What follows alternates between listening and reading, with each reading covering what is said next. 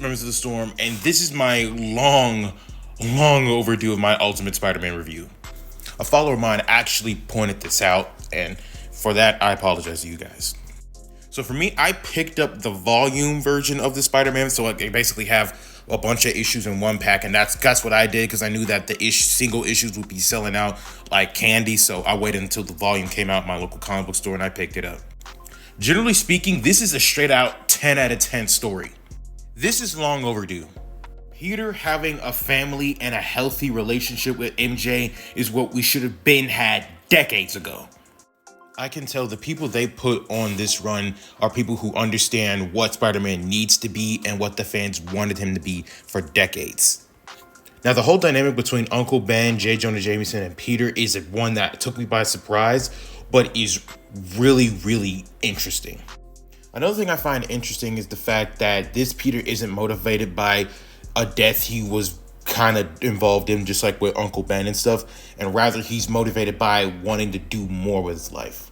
Because we know that a lot of good that comes out of New York City and a lot of good that's done in the Marvel Universe is done by Peter.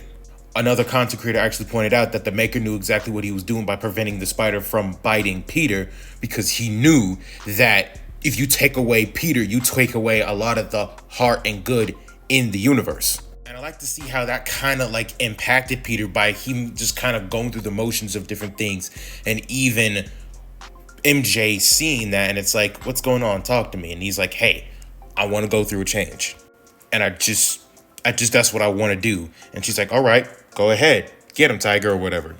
And I also like how he's learning the ropes of his abilities and stuff, and it's like showing the impact of like his daily life and his superheroing and stuff like that. The villain so far in this series is straight up fire, and I really like him.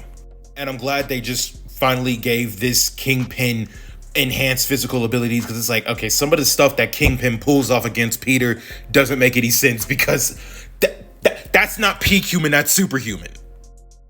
I love the power system, what they're doing between Peter and like the Green Goblins, like with the whole AIs in their suits and all that. And I like how not only does it influence the stuff that they can do, but it also influences the story. But if you haven't picked up the first volume, I highly recommend you do. This is a great start to a new universe, and this is the perfect time to get into Marvel Comics reading and seeing them when they're generally at their best.